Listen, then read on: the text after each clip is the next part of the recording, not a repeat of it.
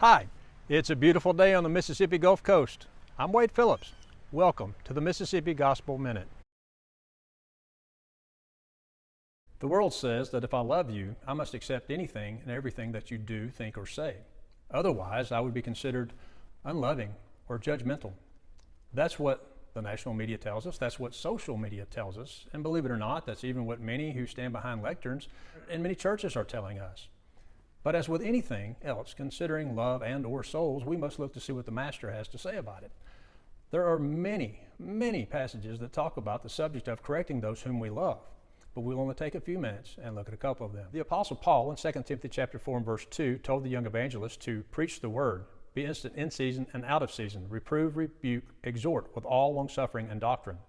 While love is not specifically mentioned, it is certainly implied.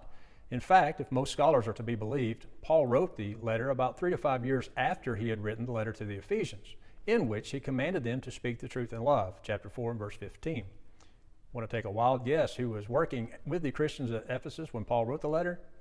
That's right, it was Timothy. So, putting it all together, Timothy was to speak the truth in love, in season and out, reproving, rebuking, and exhorting with all patience or long-suffering and doctrine.